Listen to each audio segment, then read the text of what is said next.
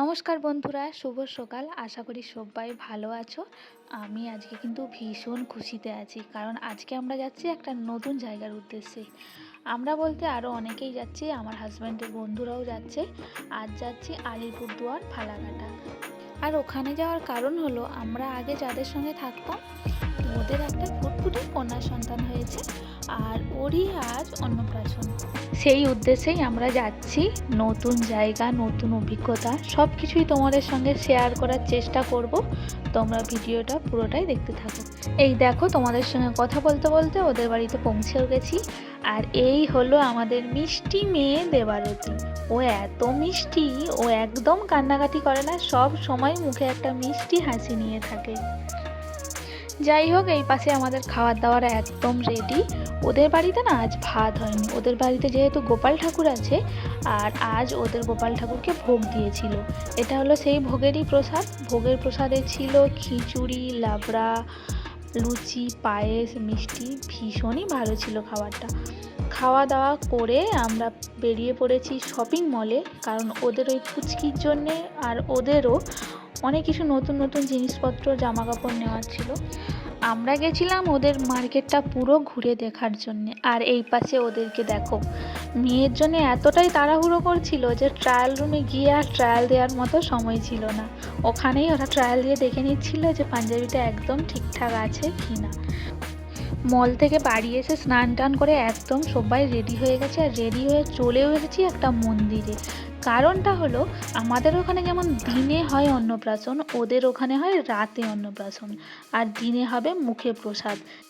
তাই ওদের বাড়ির সব যা আত্মীয় স্বজন ছিল আর আমরা সবাই মিলে চলে এসেছি মন্দিরে। তার সঙ্গে হয়েছে বাজনা পার্টি। আর এই হলো সেই মন্দির। আর এই মন্দিরটা হচ্ছে রাধাকৃষ্ণের মন্দির। চলো তোমাদেরকে একদম কাছ থেকে দেখাই।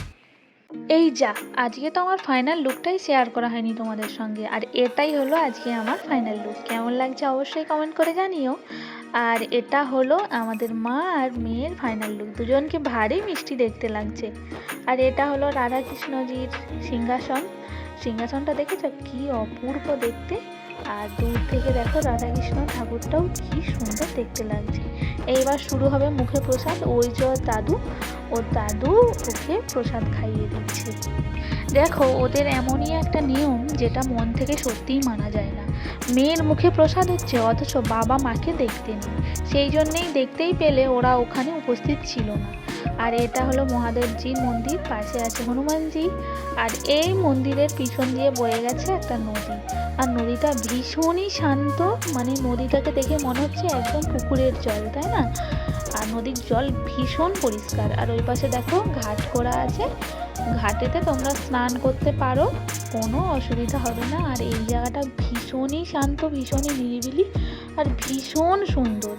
আর এই পাশে আছে ওই যে বট গাছ, আর বট আর অশ্বত্থ গাছের নিচে আছে শিবলিঙ্গ। আর এই বট গাছটা দেখেছো কিভাবে হয়েছে, কত বড় বট গাছটা, দেখো কত মোটা, কত বড়।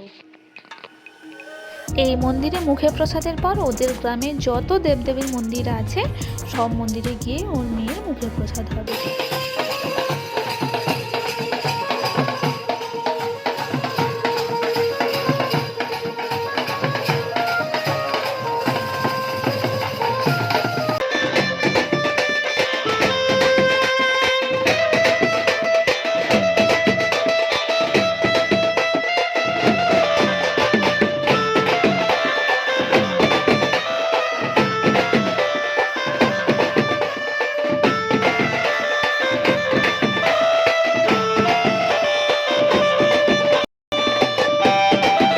নেক্সট আমরা আসলাম একটা মা কালীর মন্দিরে। আর এখানে না প্রচুর পরিমাণে কালী ঠাকুরের মন্দির আছে।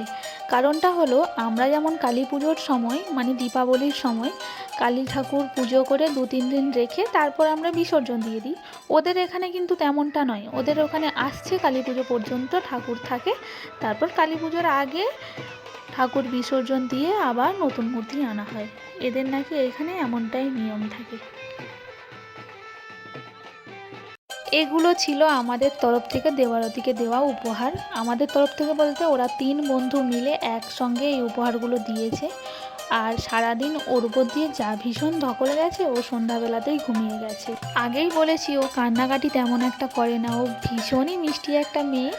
ও ঘুম থেকে উঠেও পড়লে একদম কান্নাকাটি করে না, সুন্দর একটা স্মাইল দিয়ে সবার মুখের দিকে চেয়ে থাকে।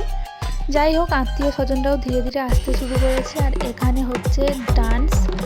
ভিডিওটা আর বেশি বাড়াবো না, চলো আমি একটু ডান্স করি। ভিডিওটা এই পর্যন্ত।